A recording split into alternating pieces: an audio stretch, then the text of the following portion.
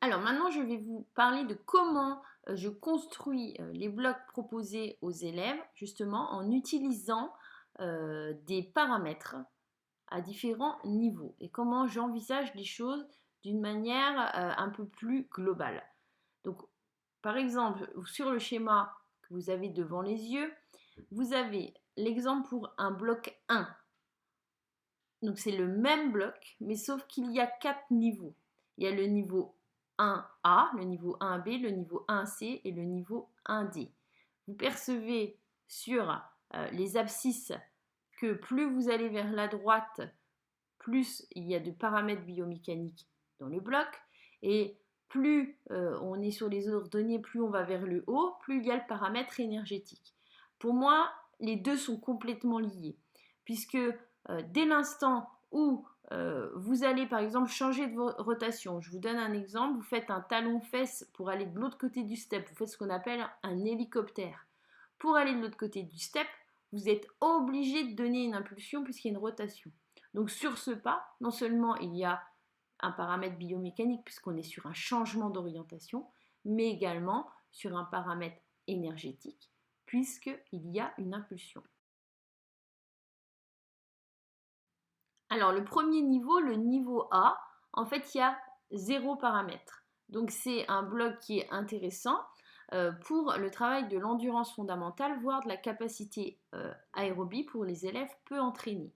Le niveau B, là on va avoir plus de paramètres énergétiques. Il n'y a pas encore trop de paramètres biomécaniques, si ce n'est qu'il faut travailler un peu plus en amplitude.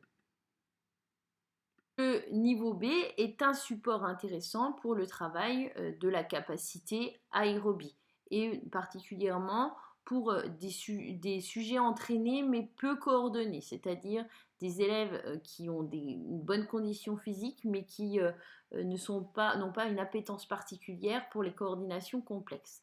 Ensuite, le niveau C.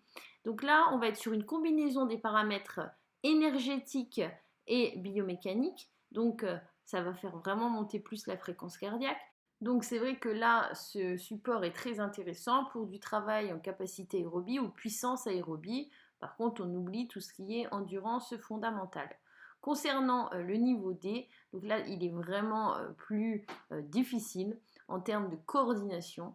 Donc, il sera réservé vraiment à des élèves plus experts et il peut ne pas être proposé à certaines classes. Alors maintenant, je vais vous parler des thèmes d'entraînement à choisir par les élèves et toutes les informations qui vont être utiles pour s'entraîner dans chaque thème d'entraînement.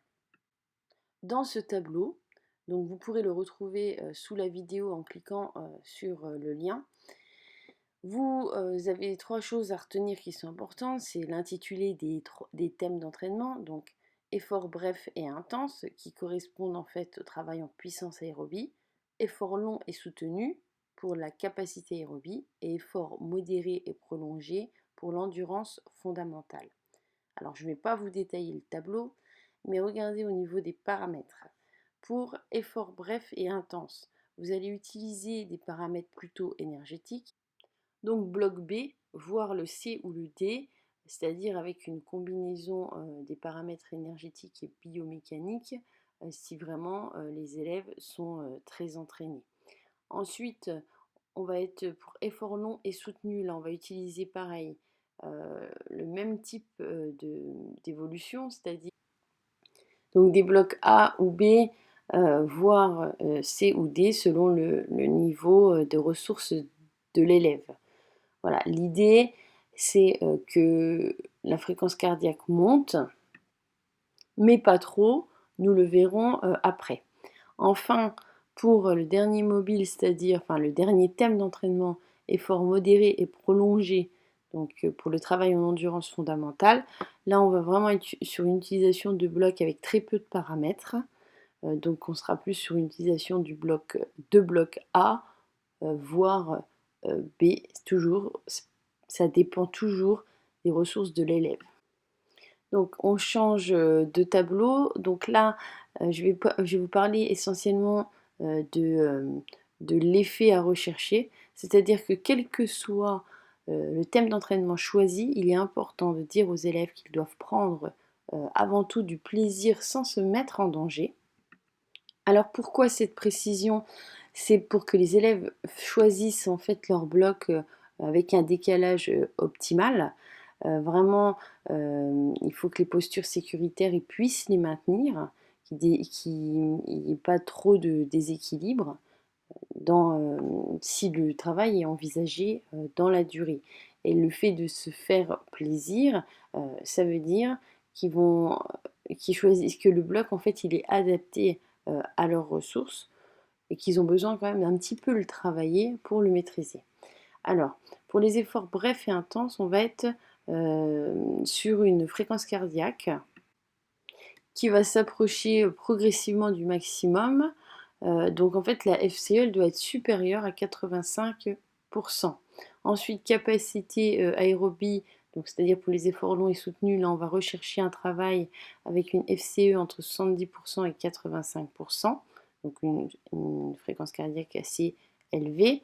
Et enfin, pour efforts prolongés et modérés, on sera bien plus sur une fréquence cardiaque modérée entre 50 et 65%. Donc, les ressentis respiratoires associés, vous les avez également sur le tableau et vous avez également les séries possibles par rapport aux contraintes qui sont données dans les référentiels.